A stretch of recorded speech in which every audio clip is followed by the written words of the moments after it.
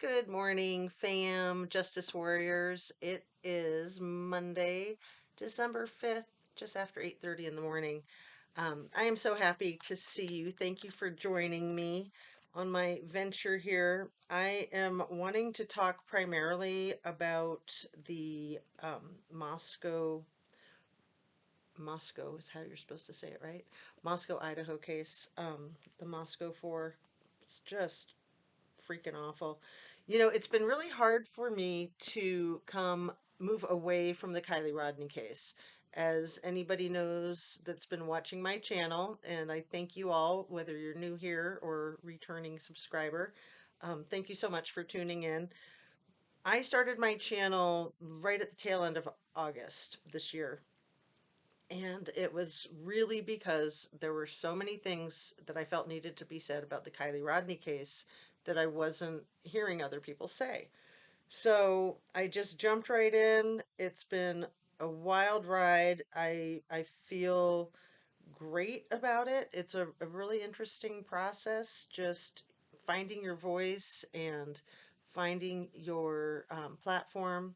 Social media, it's just mind-boggling. Anyway, you guys are what make it what it is. So a shout out to all of the viewers, all right? I'm so serious. Anyway, so to move from Kylie Rodney's case has been really difficult for me personally because I am not giving up on that girl finding justice for what happened to her.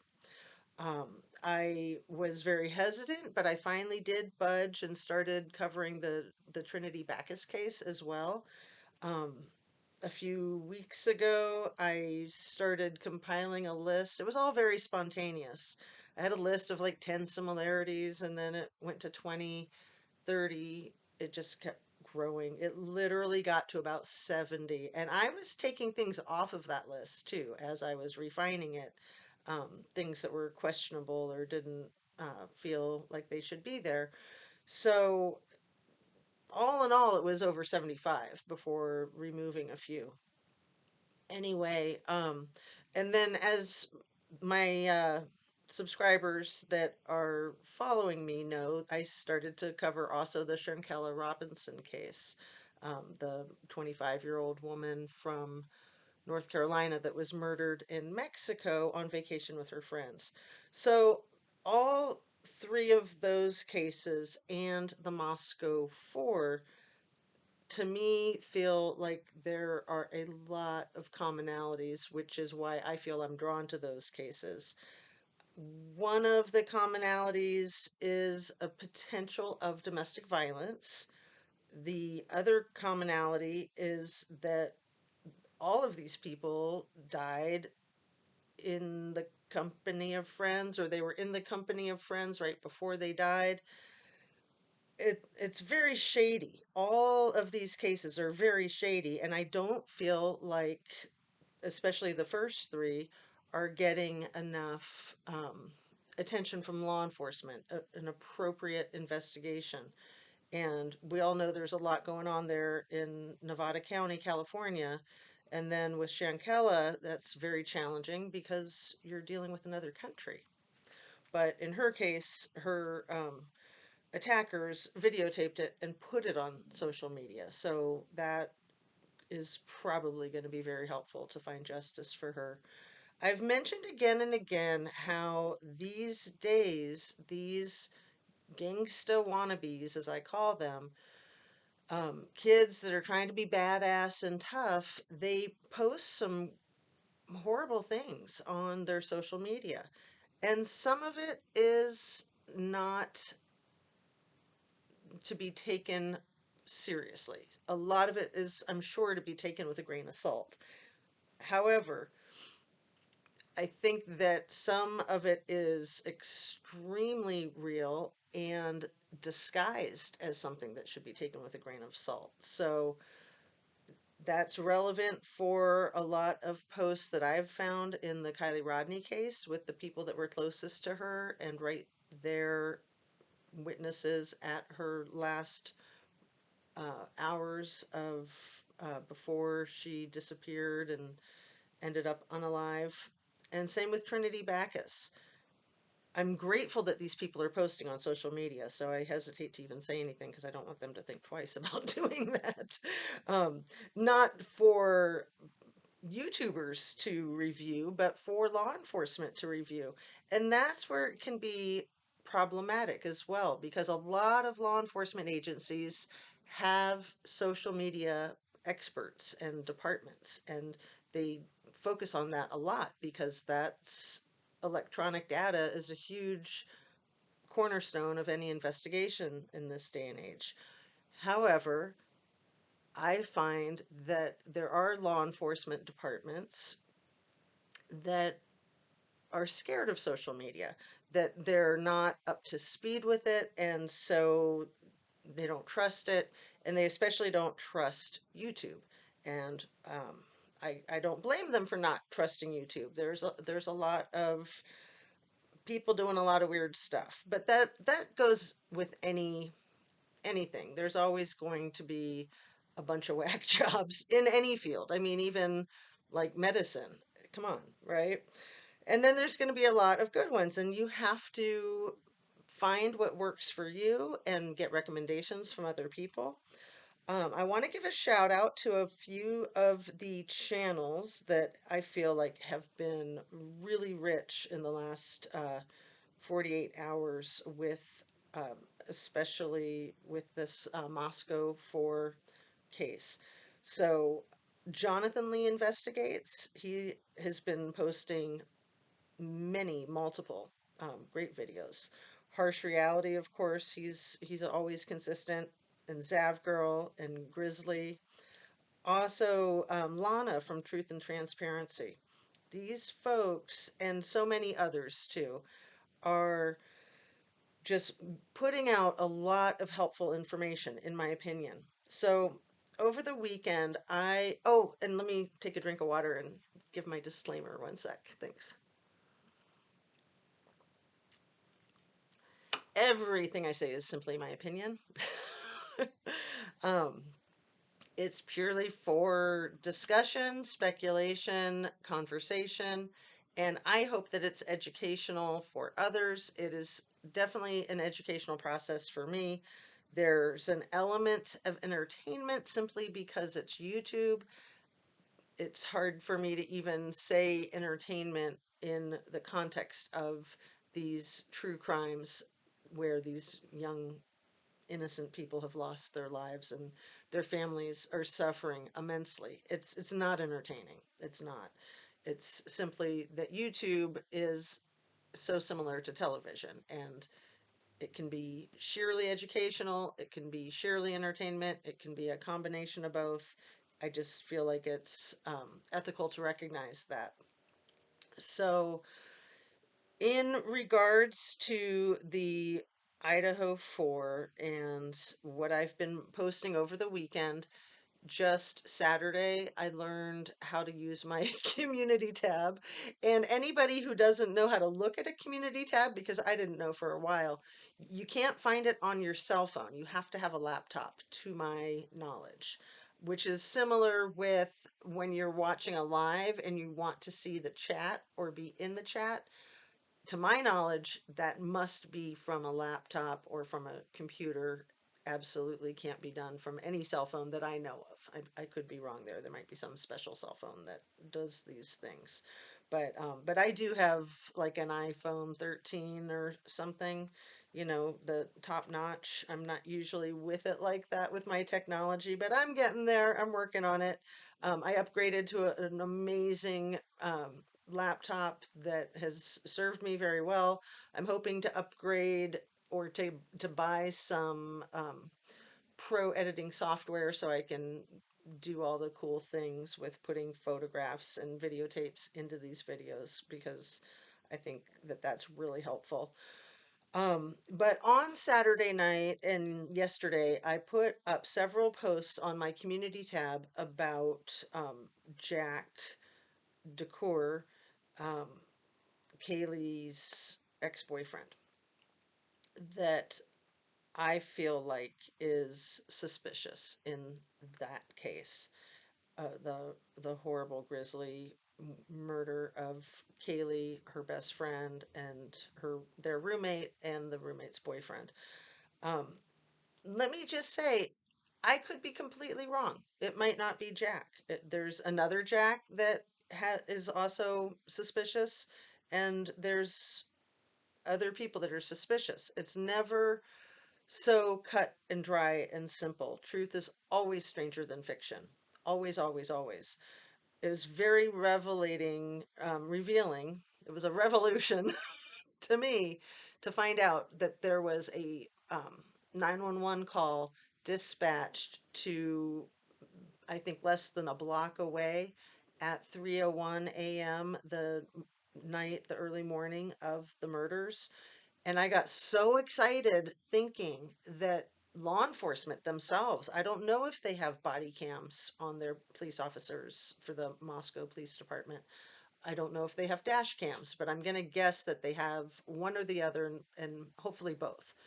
And that there's a possibility that they may have caught something on their footage that was incidental, that had nothing to do with that call that they were dispatched to for the drunken disorderly person. Um, there doesn't seem to be any indication that that call had any relevancy to the quadruple homicide. However, you just never know what you might find. So the fact that law enforcement was right there could potentially be really embarrassing for them if they don't have anything. And it also could be miraculous if they do find that they have something extra from that other call. So we'll see. We'll see. You know, they of course need to protect the integrity of the case. There's always the balance with protecting the integrity of the case and protecting the public and providing public safety. And that's where some information must be revealed. And holding back information must also happen. So, you know, law enforcement has a really difficult job. They put their lives on the line, they get criticized. You know, I am ever so supportive and ever so grateful of first responders, all first responders. So, let me be clear about that. And the danger that they put themselves in for the safety of others is just the most noble profession I can imagine, much like military. So, I just want to give them a shout out for that. I mean, this is no easy case, even for a big city police department that deals with homicide all the time. Multiple homicides are rare, extremely rare. A double homicide is extremely rare. And getting higher than that, I mean, sure, we as the public have probably gotten a little jaded with all these horrible massacres and, you know, open shooters all across the country. However, it is extremely rare to have a multiple homicide, and especially by knife, especially that type of savage, violent attack. And how one person could pull that off is something that's hard to wrap your mind around. However, with these people, the victims being inebriated and asleep, obviously that gives a candidate the opportunity, right? So let me just address my community posts about Jack DeCour. He is an obvious contender for being a suspect simply based on the fact that not only was he in a relationship with Kaylee, but they were on a break that was allegedly instigated by her, not him. She was getting ready to move across the country. It seems as though she was going to be taking the dog with her. She came back into town to show off this beautiful new truck that she got, and she was spending the night at her friend's house, or I mean, at her best friend's house where she had just moved out of. And Jack, I think, lives maybe a block away. So this is a small community. He more than likely, almost definitely knew she was coming into town to see Maddie. And it would make sense that he would have a hard time with that, right? So some of his behavior has been very suspicious. The simple assembly of Kaylee's family during the candlelight vigil, lining up on the stage to make a formal statement or a remembrance of their loved one. I did not expect to see so much in that. And I understand people that want to argue my perspective and say, oh, you're reading into it. But I see what I see and I feel what I feel. And when I watch that especially in slow motion, it's much harder to catch it in real time. But watching it in slow motion just makes my heart sink. I just get the chills. It's profound. The physical process of Jack walking from behind the last family member, bypassing the entire family, and standing next to Kaylee's dad, and Kaylee's dad immediately pulling away. And yes, he does pull away and put his face to the mic. However, I think that was convenient. I think he was pulling away anyway, and then he could kind of make it look more natural by talking into the mic. But, he glared at Jack a couple of times, and the way Jack looked so dejected at the very end when Haley's mother is giving him a hug and he's looking at the dad's looking at him, they're face to face, eye to eye, and the dad to me looks like he wants to spit in Jack's face. And Jack looks to me like he's trying to gain the approval of Kaylee's father, and that doesn't happen. The father turns and walks briskly away. And then the mom and Jack, it's very awkward how they separate from their affectionate little hug there and rush off the stage right behind the father. And again, you start to see Jack bypassing the mom. And I don't know how many family members he bypassed. I don't know where he went because that was all of the footage that I saw of that. So if anyone has seen footage of the departure off of the stage past that point where Jack is walking right past the mother, I would love to be directed to find that. Wow, it's just a lot of information. You know, I think back to when I was in college and when I was in my big first love relationship or relationships. There were a couple of them, and it was really rough, really rough. Breaking up is hard, and I think both of my big first loves, if you can call them that, first love, second love, I think both of them, I was the one breaking it off, and it was still extremely, extremely hard, right? The ambivalence, the sadness, the grieving. That is when domestic violence will occur, is during or after a breakup. That is what triggers a person that has those tendencies, all right? So somebody might not realize they have those tendencies, and there they are. So it'll just be interesting to see how things shake down at this point in time. But one of the factors of any investigation of a violent crime, one sec,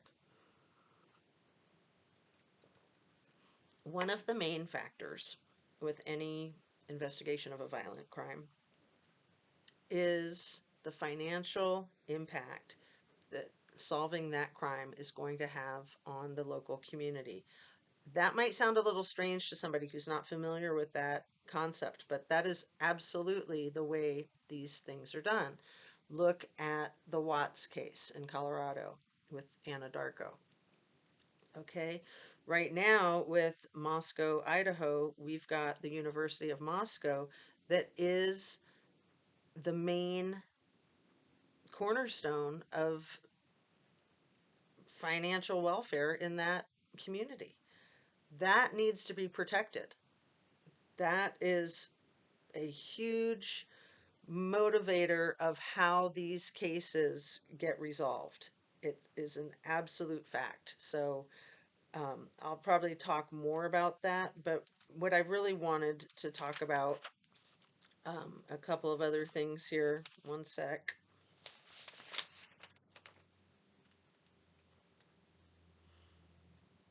Well, I wanted to talk about how us YouTubers can be helpful. How can we be helpful? We're not just doing this for the heck of it. A lot of us take this very seriously, and we are putting our effort forth hoping to help the situation, the immediate situation and other situations similar. So, Gabby Petito's case is a perfect example.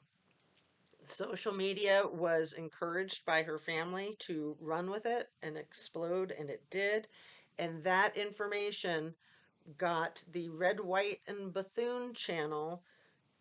They heard about it on social media, and then they went through their footage and found her van at the point where it was near when her body was put where it was. So without Red, White, and Bethune's footage, Gabby Petito could have been a missing person for the rest of eternity. Literally, think about it. Brian Laundrie could have gotten away with murder, and in my opinion, he did. He did get away with murder, and I think it's hideous how that case, how it stands. And I hope that there's some changes as her family is suing his family. And I think they have a court date coming up this next summer. And, her family is remarkable what they've been doing, trying to create positive change and not allow her life to be lost in vain. Domestic violence is nothing that anybody wants to talk about, believe me. I don't want to talk about it, and I do. I do talk about it. It's what I am focused on with a lot of my life work is trying to change social construct that is so accepting of domestic violence and also tries to turn a blind eye to domestic violence. It's not as bad as it used to be, and I definitely think that Gabby Petito's case a year ago helped move things forward by leaps and bounds, to take some of the stigma away, to take the blame and the shame on the victim away. The blame and the shame should be on the perp, people, right? Seriously, the blame and the shame should be on the perp. It doesn't matter if the victim made a poor choice, like with choosing who they're dating, okay? Yeah, you could say, well, that's their own fault for dating that guy, but it doesn't work that way. We're all human. We can all be duped. We Any of us could be married to an axe murderer and not know it. I mean, come on. I love that movie. So I Married an Axe Murderer, that old Michael Myers movie. Absolutely hilarious, but it is true. You know, we we have skills to determine who's going to be good in our lives and who's not going to be good, and we can all be tricked. It's just the way it is.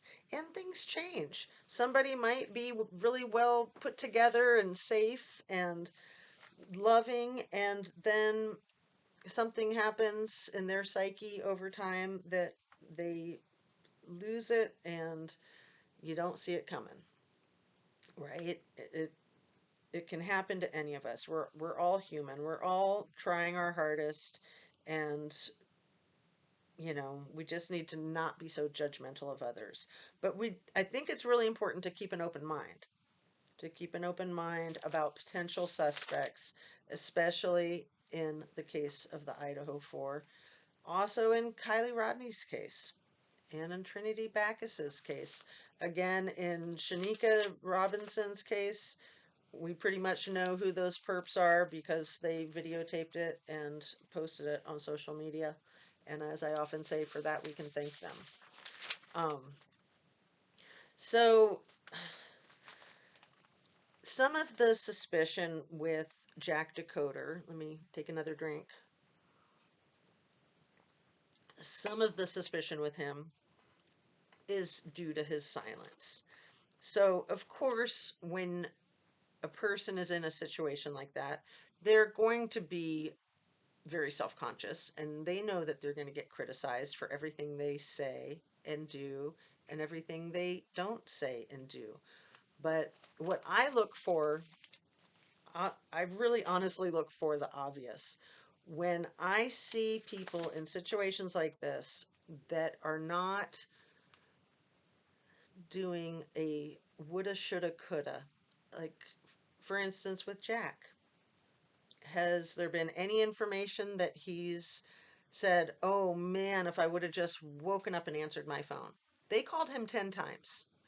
I'm pretty sure the information I've seen, and I've looked at many places where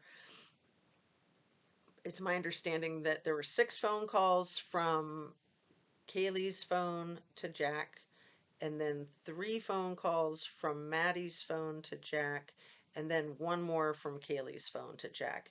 And those were all, I believe it was between 2:30 and 2:50 a.m. I'm pretty sure it's right in there. Um, that's a lot of phone calls. And his alibi of being home asleep is not an alibi. An alibi, by definition, must be confirmable by another party. So if you're your only alibi, you ain't got no alibi. And you have to just admit that you don't have an alibi. It doesn't mean you're guilty. It just means you don't have a solid alibi. A solid alibi is going to be verified, cross referenced. That's what a solid alibi is. So, for any of these people that don't have solid alibis, that should put them on the list of suspects. And if your girlfriend or estranged girlfriend that you really cared about were savagely, brutally assaulted in this way, a normal person, in my opinion, would understand that they're going to be considered a suspect and they would be happy to work with law enforcement in order to rule themselves out. So I just think that people that are very defensive and too quiet make themselves look guilty. It's very tricky. It also can make a person look guilty when they retain counsel.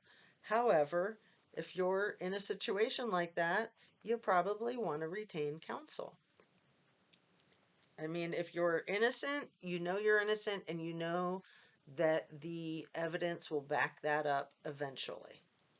So, um, another issue that I want to talk about before I wrap up with this is the factor of dating after a relationship. In my experience, I have experience of my own in my own real life. I have a lot of experience as a professional psychotherapist. In my experience, people don't break up amicably. Sometimes it's more amicable than others. But when anyone says, oh, well, it was a mutual decision and we're still friends, yeah, okay, well, that's a nice story. But anyone who's been through a breakup, even an amicable breakup, even a mutual breakup, knows what I'm talking about. It is rough. It is really rough. And people don't break up just for the heck of it. People usually break up because they're interested in somebody else. And hopefully they'll break it off with their current relationship before getting involved with a new person.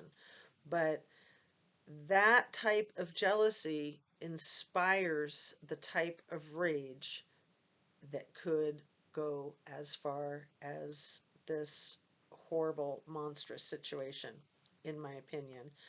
So I want to wrap this one up. I want to say thank you again. Please, if you feel moved, hit that like button, subscribe, and share. I have just been so appreciative and just surprised at how many likes and subs and uh, views, especially how many views that my work has gotten. And, and that just helps the process. It helps continue. It helps you feel inspired and motivated to know that it's being well received. And so, for the most part, my work has been very well received. I know there's people that don't agree with me, and that's absolutely fine. We all have our opinions. That there's no need to be rude or, you know, being a jerk in real life. I don't feel like is okay. Being a jerk in social media, I don't feel like is okay. Um, so I'm just going over my notes the way I often do to make sure. Okay. Yeah. The mom of Kaylee protecting Jack and the sister. I want to say that anybody in a real life situation like that is going to have a lot of denial and disbelief that someone that they love and trust and care about could do anything like this. There's that aspect. There's also the aspect of putting on a front so that you can try to get information out of this person and not allow them to know that you have your suspicions. So that could be inspired from within the family. That could certainly be instructed from law enforcement. But that's also a very natural process to simply be in denial of something so unreal. So unreal. So, with that, I think I'm going to wrap this one and see you guys on the next one. Have a fabulous Monday. I hope your day is very productive. I got to get that letter of intent done for my application for my doctoral program. So that's not the only thing I have to get done, but that's the thing I need to focus on now. And then I've got a couple other things to finish up that application. And my due date is the 15th of December. So that's got to be my primary focus. At the same time, this is a very serious focus of mine. And they're kind of dovetailing together, actually. So um, keep in mind just how you can be helpful to making this world a better place for yourself and for anybody else that comes into contact with you. I feel like it's really important to find great meaning in our lives, in my life, d- daily, daily. Um, it's just the most important thing that I can think of is to feel like there's some type of bigger picture, some type of purpose with your time and with your efforts. To For me, having some structure gives me a lot of validation. That's why I like to start my mornings with these videos and then move on and do a lot of the other work that I get done during the day. And sometimes, not this week, probably, I love to do a second video later in the day. But with all the things I need to get done, it's probably just going to be one a day. I do hope to get into some live tapes also. So for those of you who really enjoy the live chats, I'm hoping to get into that. I'm just not sure if I can before the deadline. So we'll see. I'm going to keep it open and spontaneous.